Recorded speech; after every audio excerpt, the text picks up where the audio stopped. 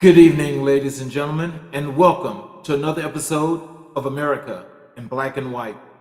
Tonight, we will be learning about entrepreneurship, consulting, and community leadership. Our special guest tonight is Mr. Tayshiem Harper. Tayshiem is a dedicated servant, creative mind, natural leader, passionate entrepreneur, and a new inspiring business coach aimed to build entrepreneurs into their God given purpose. Hailing from the vibrant city of Martinsville, Virginia, Tayshiem's journey has been marked by his unwavering commitment to influence, advocate, and support those around him. After graduating high school in 2014, Tayshiem embarked on a dual path, pursuing his studies in general studies at Patrick Henry Community College, while also dedicating himself to a full-time role in customer service. This period of his life not only honed his academic and professional skills, but also instilled in him a deep sense of responsibility towards his community. In addition to his academic and professional pursuits, Tayshiem is the founder and chairman of the Better Way Foundation Incorporated, guided by a mission of commitment to individuals, households, and communities. The Better Way Foundation serves as a catalyst, providing numerous resources and aids to those in need. It aims to be a bridge between communities and governments, impacting the present while securing the future.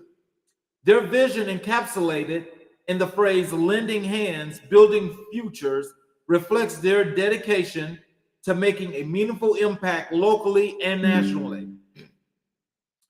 Today, Tayshiem stands as a pillar in both his local and global communities.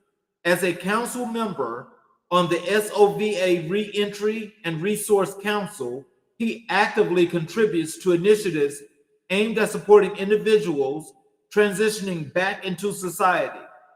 Additionally, Tayshiem is an integral part of the Relational Community, a network spanning across various countries where he continues to foster connections and promote positive change. Tayshiem is also the owner of Harper Executive Group LLC, a dynamic business, branding, and management company. Harper Executive Group specializes in both personal and business branding, offering services such as branding photo shoots, defining business strategies, and providing step-by-step guidance on starting and growing businesses. They also offer support for businesses facing challenges, helping to identify areas of improvement and implement strategies to ensure the business reaches its full potential. At the core of Tayshiem's endeavors lies his profound faith and dedication to serving others, with a fervent belief in putting God first in his life. He proudly serves as an ordained deacon, intertwining his spiritual values with his commitment to community service. Driven by a genuine love for people and boundless passion for making a difference, Tayshiem Harper epitomizes the spirit of leadership and service. Join him on his journey as he continues to inspire and uplift those around him, one act of kindness at a time. Ladies and gentlemen, Mr. Tayshiem Harper. Hello, Welcome to the show. everyone. Welcome. Thank you so much for having me. It's a Oh, pleasure. yes, sir. Welcome to the show. How are you? I am fine. All is well today. How are you today? I'm excellent as usual. I mean, looking forward to having another great show today to inspire those that are watching and helping everyone build, including yourself, on these endeavors that you're doing. Oh, yes. So, is there anything you'd like to add to your bio in the midst of what was just read? Wow. Every day is changing. Every day is something new. Um, you add, you take away, you always make adjustments, you make changes to always improve. Um, I would keep it the same right now. I'm still adding, but I haven't added it publicly yet. So so there's a lot more that's Oh, coming wow. to the shifts. Yes. Well, that's interesting, and you know what I think was more inspiring is when I think about a young man like yourself, that's taken on so much and doing so many things. Like, is this something that was just innately into you, or is this just something that you just you naturally picked up and you just ran with it and tried to make it right? This has been something that's been instilled in me since before I was born. Um, as you grow older, you begin to learn more and more about who you are, the things that you do. So the older I get, is the more I begin to to see what it is that I'm actually doing, who I am, and what I'm called to do. Mhm. Well, so as we break this down and and just go through these parts of this wonderful interview, I'm going to start first with asking you about your entrepreneur side.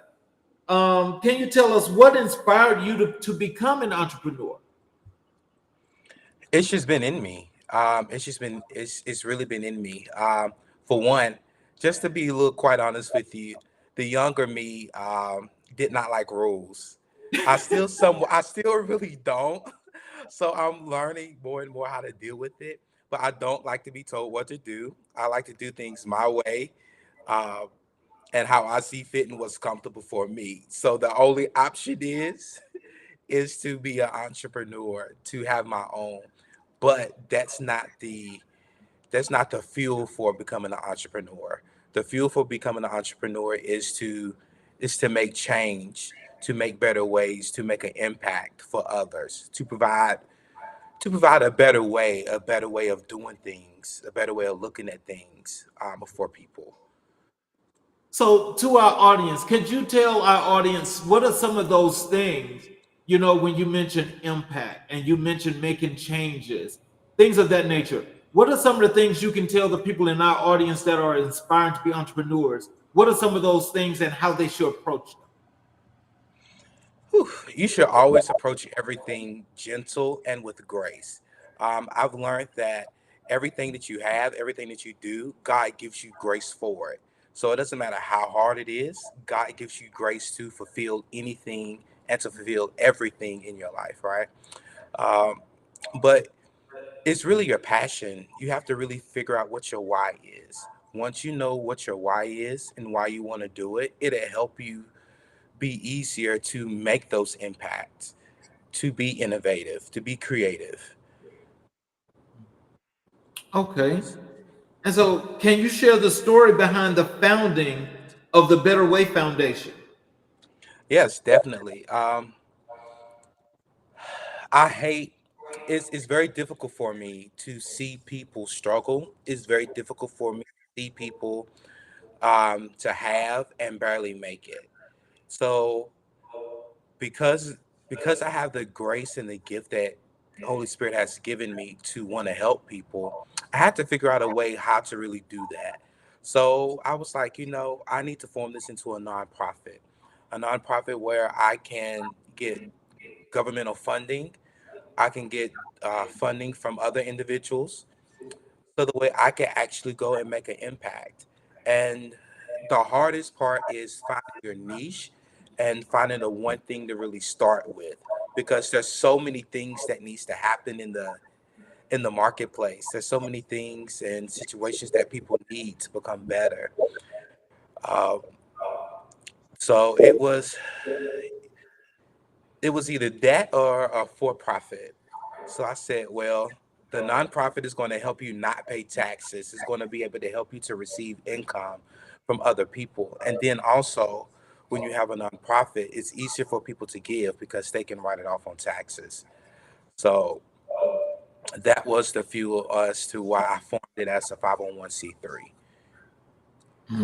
So let me just ask you this, because I'm sure that you probably heard this a lot. In having those altruistic values, have you found it kind of rough when have people like confronted you about you being so altruistic that those things would never happen? Yes, I get a few of that, um, but it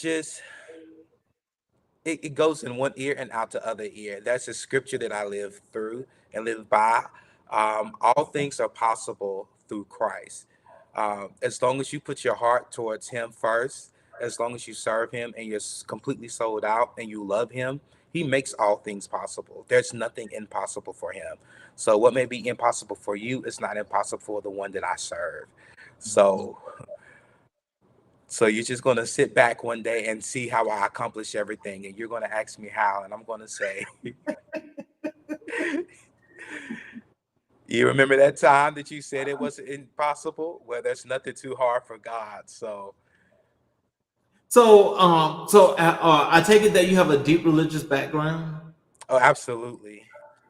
And so is it like if you've been like I can say like for myself and growing up, I used to let's say from the age of 2 to a young adolescent, we were like in the church every day, and so those values were like just totally unbelievable. Are those some of the things that you had to do, and you've taken it and you've made it your own now?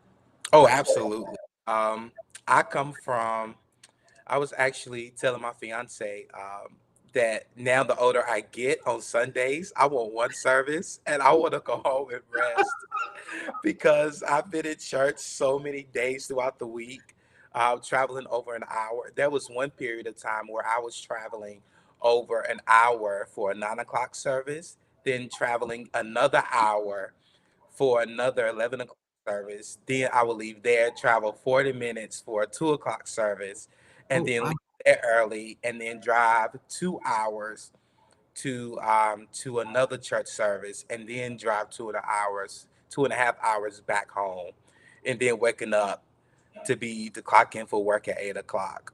So that's a lot, but it's also a funny story because my grandma loves telling this story.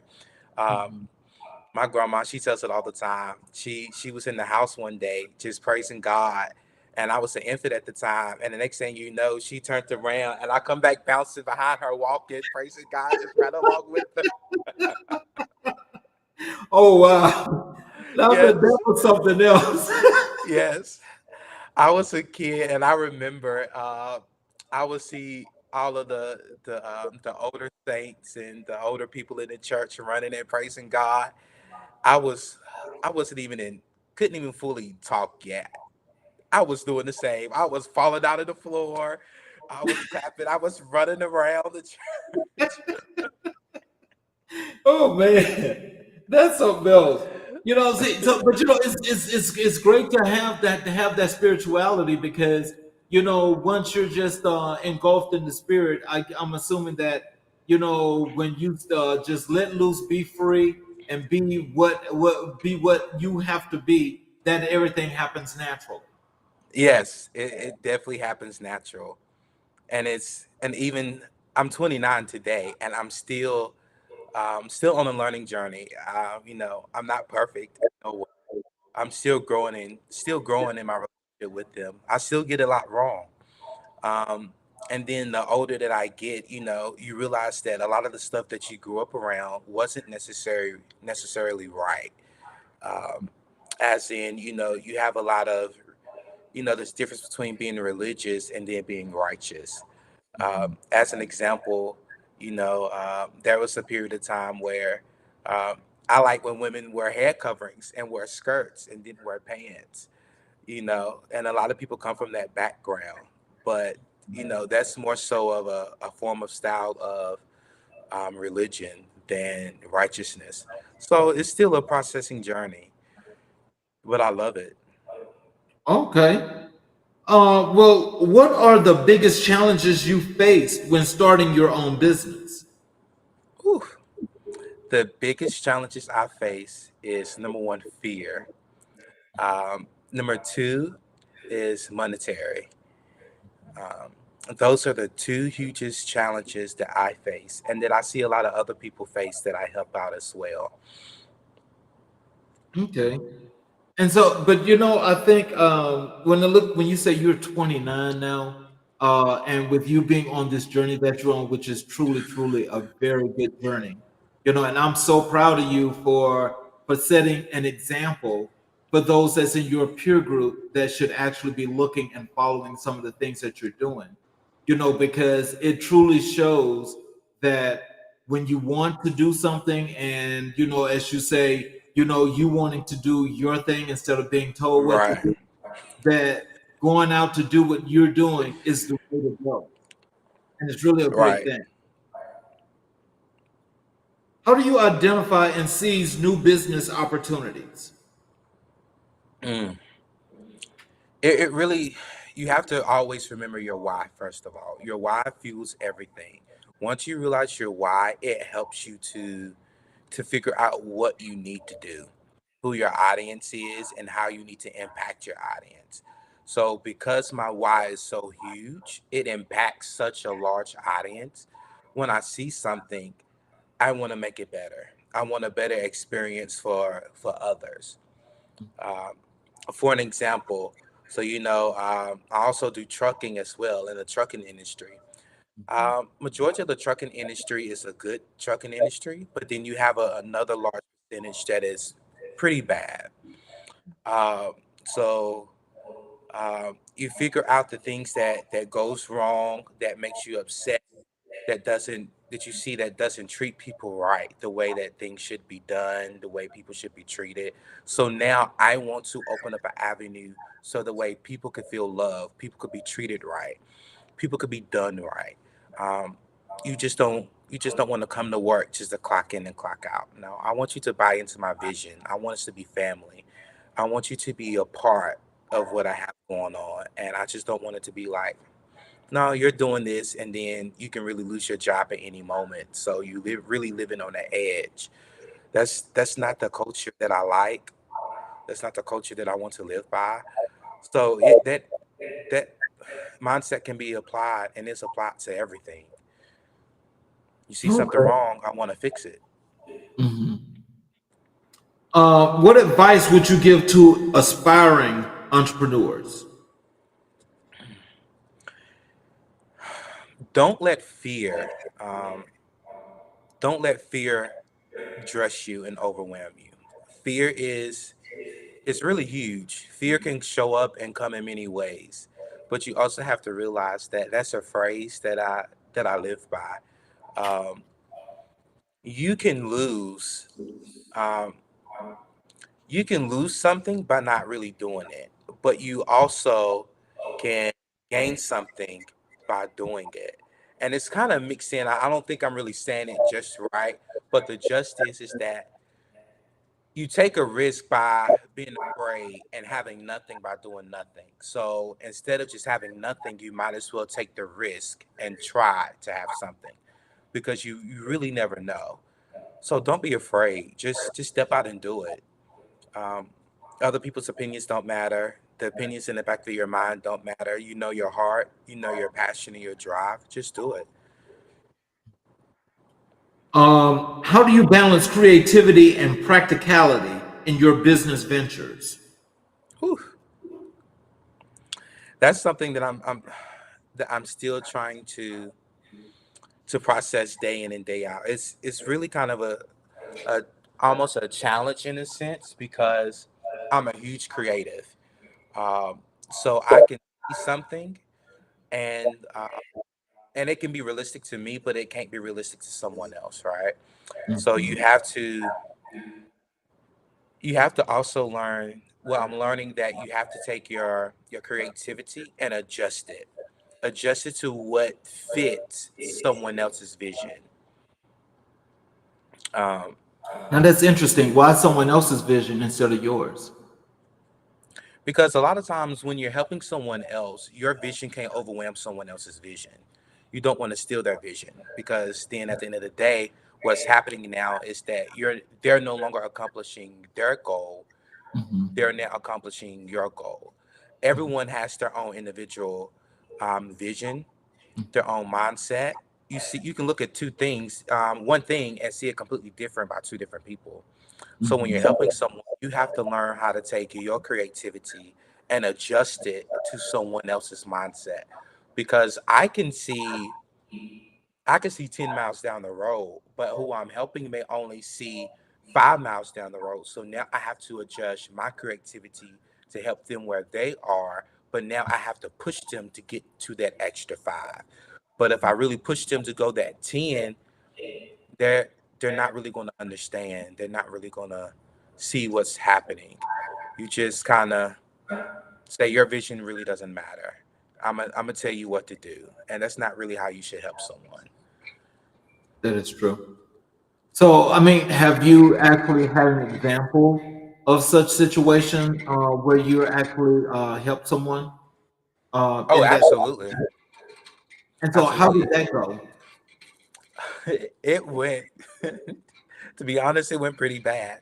That was a church that I was there was a church that I was a part of, and immediately when I joined the church, because of my creativity, my gifts, and my talents, and the grace that's on my life, I was immediately put into leadership um, over people that's been there for years. That didn't go well with a lot of people, Right. uh, but because I saw so much potential of where that ministry could go and what needed to change and what needed to be altered, the ministry wasn't ready for that. They wasn't ready for what I could see where they could go. Um, so instead of adjusting where they were and making do and learning how my creativity can serve them where they are, I continued to push them somewhere that they couldn't see. I pushed them somewhere that they did not understand. So I got pushed back. There was teams that I was leading. No one wanted to follow my lead. No one wanted to do anything I wanted to say. They actually did the exact opposite. Oh, wow. Yeah, they did the exact opposite. It was even to the point where I even had a childhood friend who was like a brother to me. Um, Anytime it came to the ministry and I said something, he he just went a whole nother different way. Because it's like, who is this guy coming in here trying to change everything? Who is this who, who is this guy? Like, they think he can tell us what to do. Uh, so it didn't go well. And I ended up not making friends. I ended up not making brothers and sisters. I ended up creating strife every time I stepped around people concerning the ministry. So it was really rough. So, can let me ask you this: were they, with them being probably of yesteryear's culture, was it your progressiveness that probably set them back, where they weren't ready for the new change? It was that, and then also my inability to understand where they were. Uh, I used to be I used to be black and white. Um, and I used to be very black and white, and it was just like if you made a mistake, I never understood that people could make a mistake and it's okay. Grow from Right. it and learn from it. So I was very harsh. It was like, no, like, what are y'all doing? Like, y'all need to get on with this page. It's y'all that's the problem. Um, and it was so much more. So I wasn't understanding. I was very aggressive, demanding, Hmm. cocky, Hmm. arrogant, all of the above. So that didn't help um, them liking me either. Hmm. Nor did it also help them accept me and accept the changes and the growth that I was trying to show the ministry. Hmm. Well, so something. I think. Well, answer this question for me. When did you get to the part where you understood that there has to be a gray area? At what point did you get there? Within the last 12 months.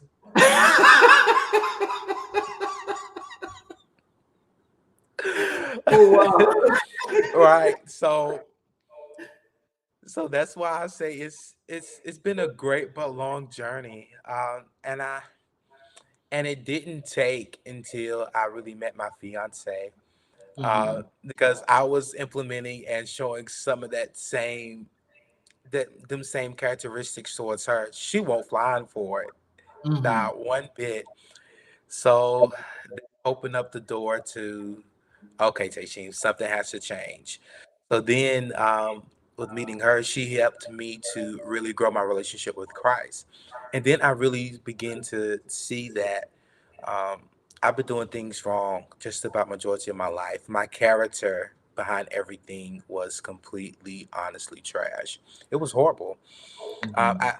My heart was right, but my heart was dressed in angerness. My heart was dressed in cockiness, arrogance, unforgiveness. Mhm. So when my heart was dressed like that, nobody's going to accept the goal that I have on the inside because of what I'm showing them. You're not No one's going to accept a gift if it's not neatly packaged. If you do accept it, you're barely going to want it. You're going to frown at it. You're going to make some remarks. A gift that is greatly accepted is dressed well. It's Mhm. packaged nicely. It makes you feel good. It makes you smile. It makes you want to receive the gift. But you know something? I think still with all the growth that you've that you have to grow into, and as you get older and so forth, I think what you're gonna understand is that it doesn't matter if the package looks really good or not. It's just about the package, because if Right, the package is right, then it's all right despite what it looks like, because then that means that we're being non-judgmental. right. But also, I do believe that, the gift can be the gift, but the Bible speaks about let your good not be evil spoken of, Hmm. right? So, although I can still accept your gift, um, I'm not going to accept it gratefully. And if I do accept it gratefully, what's going on in the back of my head? What thoughts am I saying? What am I thinking about this person that's giving it to me? Hmm. Um, so you have to also think about those things because you always want your character. You always want what you do to be good spoken of. Yes, sir. You do. What role does innovation play in your entrepreneurial journey? Whew. It has everything to deal with it. Let me help everybody out.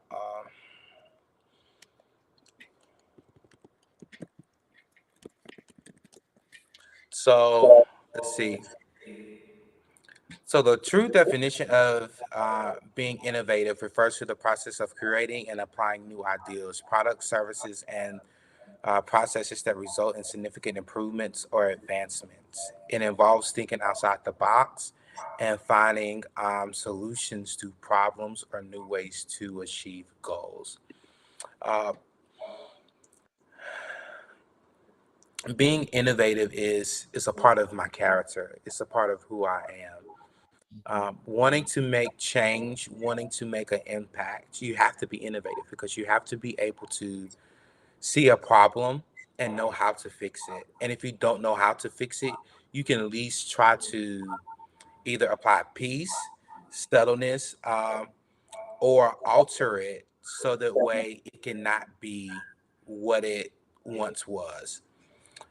Um, to make an impact, especially with my nonprofit and my management and consulting business I have to be able to step into a room, hear your problems, and immediately be able to offer some type of solution, create a game plan, create a create a new lifestyle so that way things will be what they was no longer.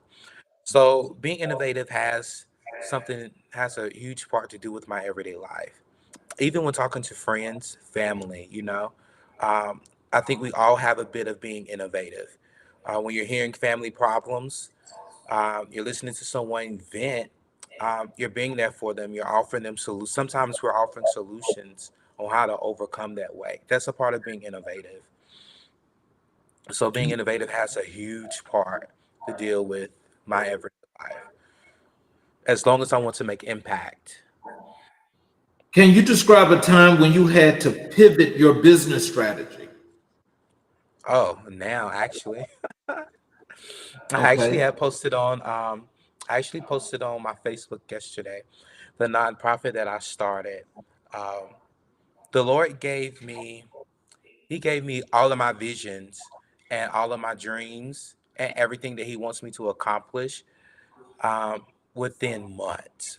So it's just like boom, boom, boom, boom, boom, and he's still giving them to me each and every day. It's a part of the innovative grace that I carry. Um, and I realized that while I was starting to run with these dreams and visions that he was giving me, my character was not where it should be. So with my nonprofit, I started it. I started working. I started making connections.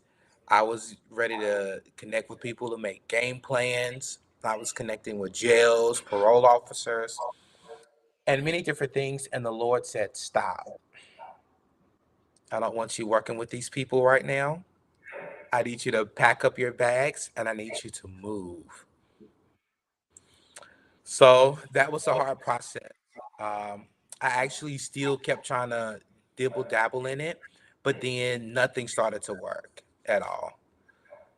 Nothing was going the way that it needed to go. So what happened was is that I said, okay. So I took a pause, and I have not uh, been functional in the nonprofit since I moved to North Carolina. I moved to North Carolina the beginning of this year. Okay. Yes. So I think the Lord is giving me new strategy. He's giving me new connections. Um, so I had to pivot pretty big with that. Not only that, I started my the Harper Executive Group, and I was trying to really figure out exactly what I was not going to do, because the Harper Executive Group is going to contain so many different things. It's going to eventually grow into such a large empire with many different services. So I began to work on one service, and the Lord was like, no. So now I'm coming into a season where I'm helping new businesses, new entrepreneurs, um, with their dreams and their visions. So basically, I'm making sure that your dreams and your aspirations is what it needs to be, helping you figure out your why, and I'm helping you to start your business. So I'm helping small to medium sized businesses right now start. And the ones that are started, I'm helping them with their branding. What does your business look like? Website creation, um, marketing, um, helping you with ideas to enlarge your products and your customers. So a lot of every business I've had has been a huge pivotal um, moment for me, but it's been pretty hard. But I can say each day gets a lot easier. But I So guess that, go ahead. I'm sorry. yeah, but that really happened. The Lord had to pivot me because once I had my dreams, I completely ran with them.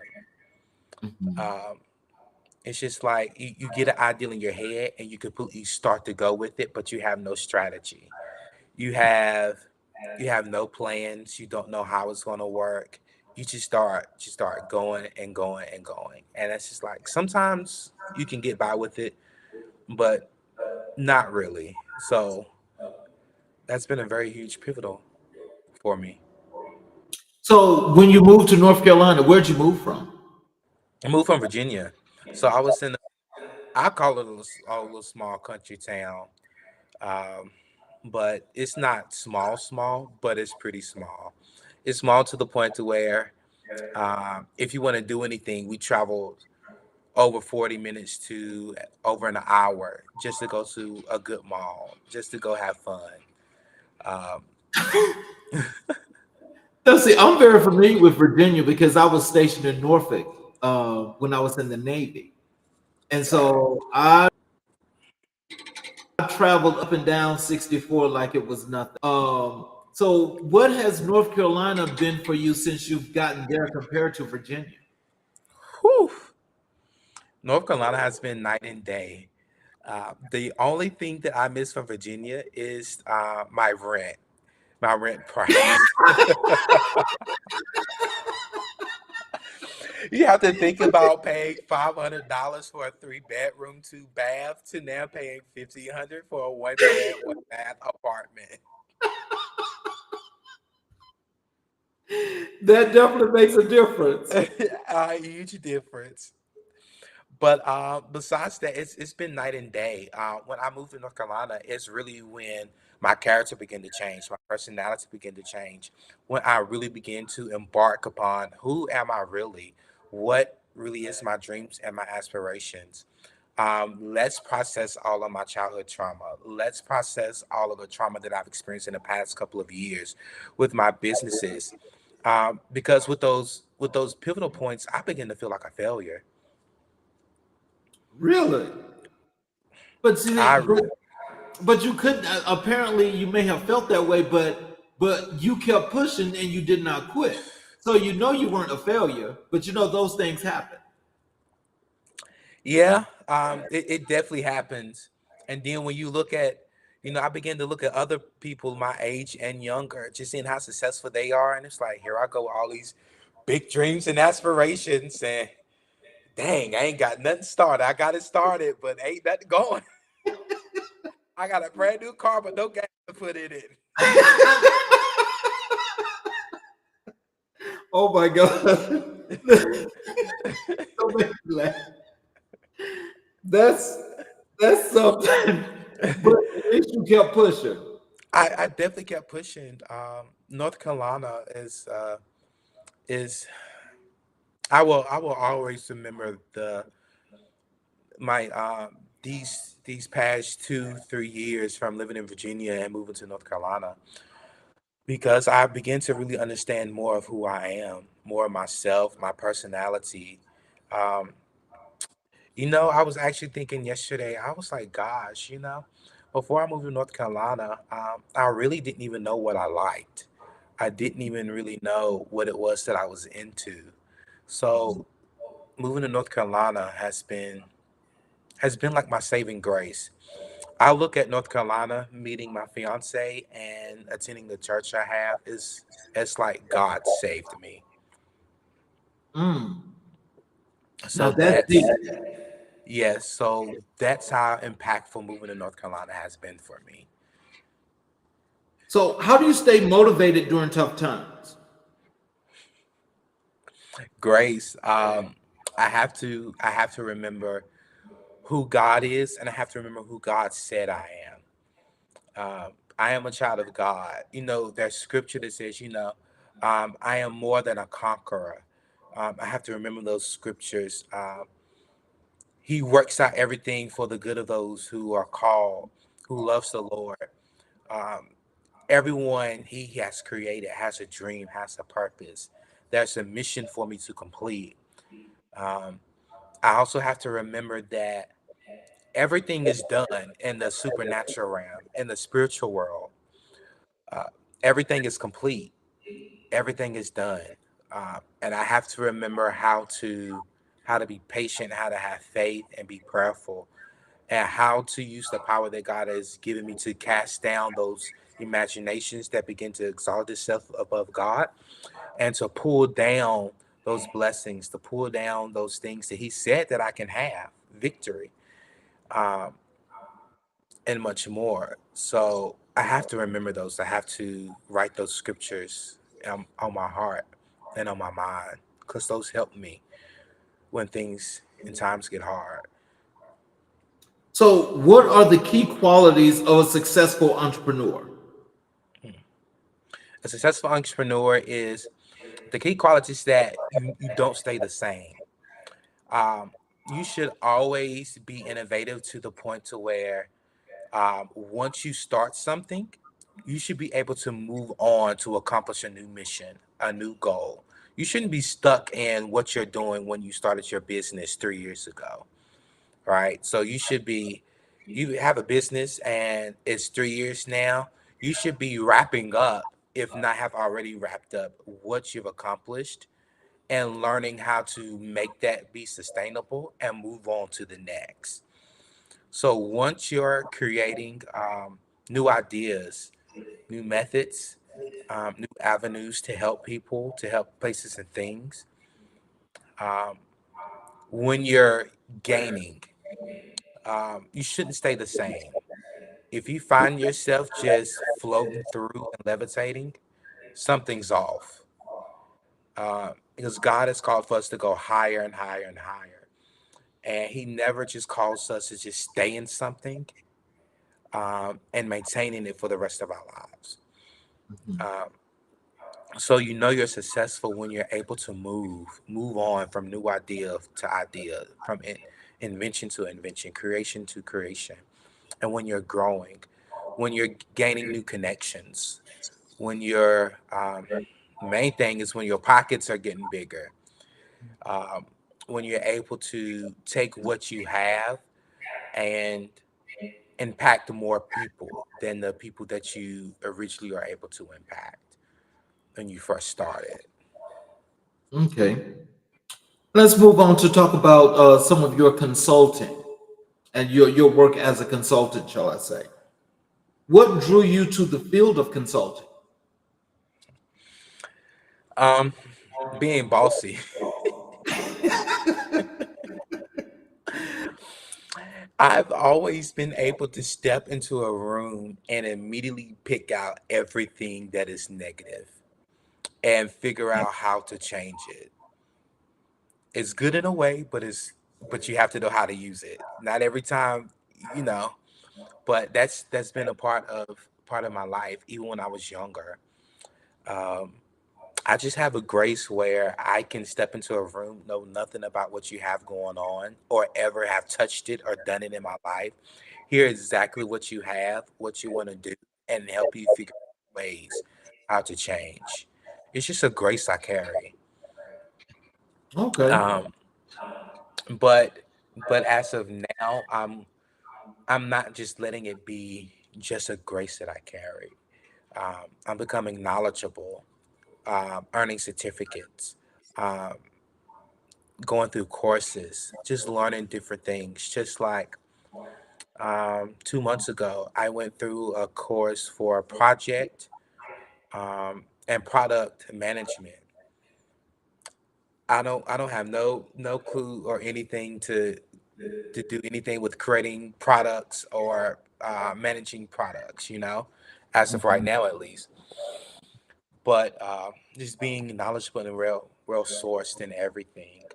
So that's led into the world of consulting, is being able to step into a room and figure out everything that needs to change and how it can become better. How do you approach a new consulting project? I approach it by learning everything about the project and the creator, the person who's dealing with the project, who created the project, and those working within that project. It's best to learn them because, like I said, a couple of minutes earlier, um, I can have all the creativity in the world, but if I don't understand where people are, I never get anywhere. I had an example where a guy reached out to me. He wanted some help with selling products, and I immediately gave him ideas, and he said, "That's not what I want to do. This is what I want to do." And I'm thinking in my head, "What do you want to do? It doesn't make sense, dude." But I had to figure out ways how to meet him where he is. So I start off by just a lot of questions. I completely learn about you, where you want to go, and then I create a roadmap. I create a roadmap how to get there, but I have to tailor it towards what you want. But I also have to just put it just a little above what you want, because I also want you to grow and I need you to stretch as well. Okay. Can you share an example of a successful consulting engagement? Oh yeah, there is a. I can't release too much information about Right. it No, because you don't do yeah, names. yeah, because they deal with a lot of HIPAA stuff with their businesses as well. But I had a client who who had an idea but just didn't really know how to go about it. So we sat down and we figured out her why. We figured out what motivates her and what she wants to do with her business. And we sat down and we made it into a course, actually. We made it into like a 3 week course, and we got through it pretty quickly with modules, um, homework,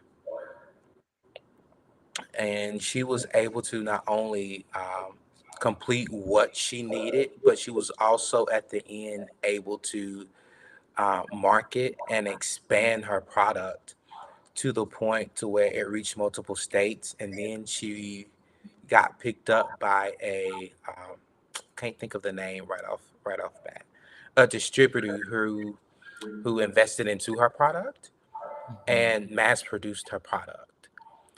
So now that was really great, and it was really good. Oh, wow. What are the most important skills for a consultant to have? Grace, understanding, um, patience, but you can't be fearful, and you have to be assertive, because you have to know how to and you have to know how to talk to people, because you have to know how to meet people where they are, but you also have to be assertive to the point to where you're also impacting them. um, and I call it's like speaking to their spirit, Mhm. because you can't change someone, so you have to be powerful enough and impactful enough to leave words that will leave them thinking, that will they'll go to sleep and wake up the next day and be like, dang, it's like I planted a seed into their heart, into their mind. So now they're thinking about it, and now they want growth, now they want change, now they want to implement this. So that is a great skill to have when consulting, and be very vigilant. I can go down a long list, but I'm just picking out the ones that I use every day. Okay. Well, how do you build trust with your clients? I build trust. I initially meet them with privacy. I immediately let them know that everything that we do is going to be private. It's not going to be shared with anyone.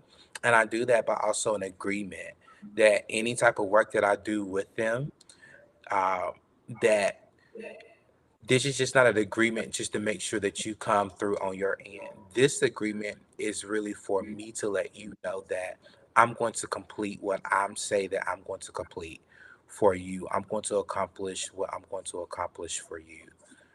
Uh, so I have to be very private, very private, and then I show results. If they don't believe me, I should say, just give me a couple of days.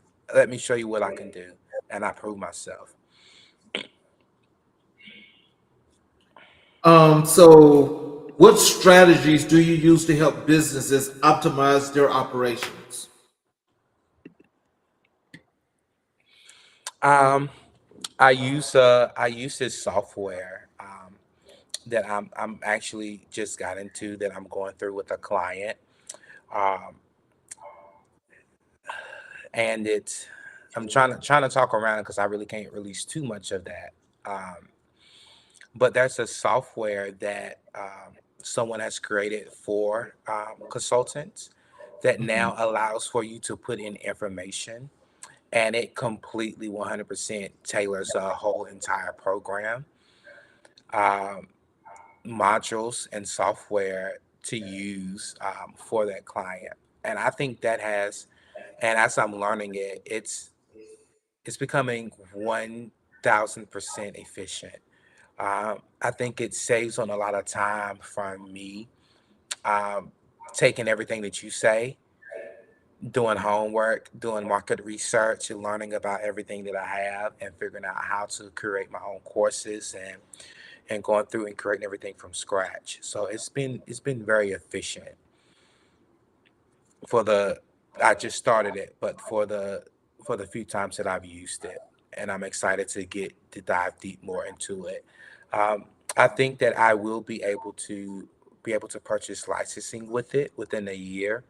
So Okay. then I will be able to tailor it to me, to have my own licenses for those programs, and then be able to sell it and then go public with it. How do you stay updated with industry trends and best practices? Whew. I read a lot, podcast, YouTube. That those three are my three main sources of how I stay caught up with everything, and also social media. Okay. I spend a lot of time throughout the week watching different podcasts, watching different videos, just learning and expanding, and purchasing and reading books. I have so many books at the moment that I have more than enough for the rest of the year, and I think I still need to buy some more. so, so just taking the time to really read. Uh, it's just like waking up every morning and reading the newspaper, learning about what's going on in your town, being aware of what businesses are doing, people are doing. So it's kind of like that same concept. I have to open up my mind to continue to grow and learn. So, And what role does the data analysis play in your consulting work? whew, as of right now, as I'm learning it and going through it, it's actually going to right now it's doing I would say it's probably doing about 30%, but eventually as I continue to go and learn through this course, through the software that I have, data analysis, and then what I feel like that's going to grow to possibly about 85% of what it would do for my business. Then taking the time to learn and collect data that has a huge part to play into uh, to what I share back out and what I pour back out into businesses and people as I'm expanding business coaching and consulting. So, how do you handle difficult clients or challenging situations? I'm gonna be honest with you. I have not yet gotten to that point where I have the grace to deal with difficult clients. Um, I've had one difficult client, well, two actually. That is, and one has been very difficult. And I just said, I just don't think I'm a good fit for you, uh, because yeah, it really depends. When you have a client that needs help but is unwilling to help themselves and accept what I'm trying to give, you're unhelpable. So that becomes a challenge because I can give you food, but if you don't eat it, you'll never become healthy and strong, you know? Um, so I tend to, as of right now, when I deal with those difficult clients, because I am right now a small to medium sized business owner, entrepreneur, I I don't waste time on it. Now, when I do begin to grow and begin to hire staff, I do think that would give a lot more grace to be able to deal with those things. But because I'm just a one man show at the moment, I don't even I don't I personally just don't take the time to deal with a lot of difficult clients. So, can you discuss the importance of effective communication in consulting? Oh, absolutely. Effective communication is very important. You have to be able to communicate um, everything that you do. Uh, I remember when I was first starting, there was some things that I was doing. Well, let me not even use me. When I first began to do this, I began to get someone to help me uh, to start my business, file my paperwork, and are you hearing that beeping? Yeah, that's I'm having some technical things going Okay, on over here, so forgive me for that, please. no, you're fine. Uh, I had someone who was helping me out, and he was not communicating at all. He would say this will take 3 weeks to get it done. I would give 3 weeks and a couple of days before I reach out because I don't want to be on your neck. And I would reach out, won't hear nothing. Then I reach out, and then it's like, well, yeah, it's still taking some time. Yeah, it's doing that. and it didn't go too well. I actually parted ways with that person, um, and probably won't want to do business with that person again. Effective communication is very important. So when I'm working with clients now, I let them know how long it's going to take for something. And if I make a mistake, because we're all human, and I miss a deadline, I don't reach back out to you if I have a lot going on, I definitely apologize and I try my best to make it up. Um, but as a grace for me, I always try to add extra time in for me to complete a project, because it's always best for me to get a project done before it's actually due than completing a project right at the finish line. So I rather complete a project before it's actually done, give me time to adjust and sit on it, and make changes and corrections. So communication is very effective, and it's very important. I don't think you can have a healthy relationship with a client if you don't have effective communication. I'm gonna take a second here. Let me we're gonna play a word game. Okay. Okay. And I'm gonna ask you a word, and I'm going to need to hear the very first word that comes, the very first thing that comes to your mind when you hear this word. Oh Lord. Okay. Are you ready? Yes. Religion, Jesus. people, Me. work, Trucks. company, Harper Executive Group. money, In my pocket. read, Books. Bible, Amos. The book of motivation, Amos. Motivation. Me being a motivational speaker. adjust, Quickly able to make changes. flexible. Calendar comes to mind. So, with those terms, what word of those 10 terms sticks out most to you? I think being flexible. Um, because you can have a plan set in place, and then tomorrow um, it can completely change. You can go on your weather app and you can see the weather for the weekend and for the next week. But then you walk outside that day, it's supposed to be 90 some degrees, sunny, and it's windy and it's about to start raining. So, like, what happened? So you have a set plan in place, and then a lot of times we get so thrown off track, it can really it can really destroy our plan.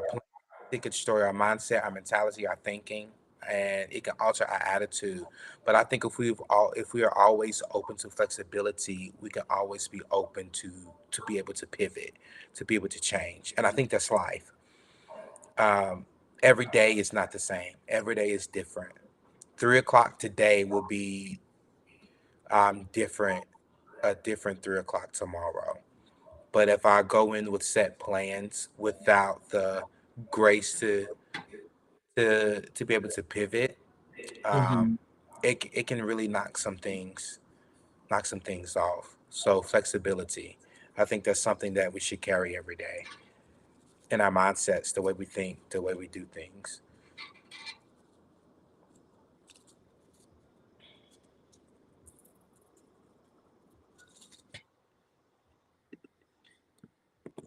Hello.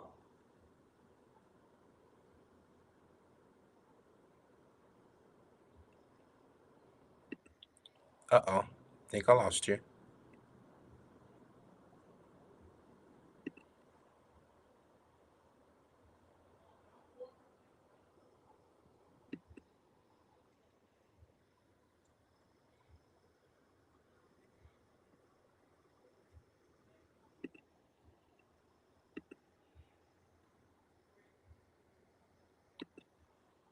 Uh-oh. Let's see here.